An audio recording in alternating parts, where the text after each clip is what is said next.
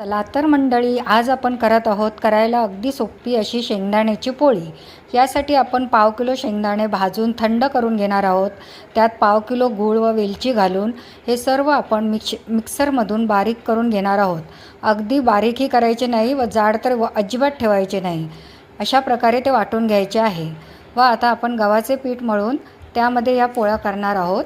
गव्हाच्या पिठाला असे लाटून त्यावर थोडेसे आधी पीठ लावून मग त्यात सारण भरायचे आहे, म्हणजे गूळ पोळीला चिटकत नाही व ती सुटसुटीत राहते।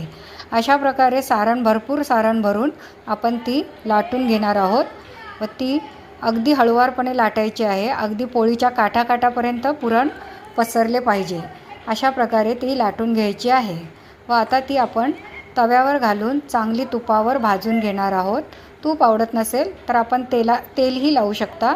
तर अशा प्रकारे ही करायला अतिशय सोपी, चवदार व पौष्टिक रेसिपी आहे। या मकर संक्रांतीनिमित्त तुम्ही जरूर करून पहा व तुम्हाला ती कशी वाटली, आवडली का ते मला कमेंट करून सांगा। व रेसिपी आवडली असल्यास चॅनलला शेअर, लाईक व सबस्क्राईब करायला विसरू नका। पुन्हा भेटूया नवीन रेसिपीसह। थँक्यू।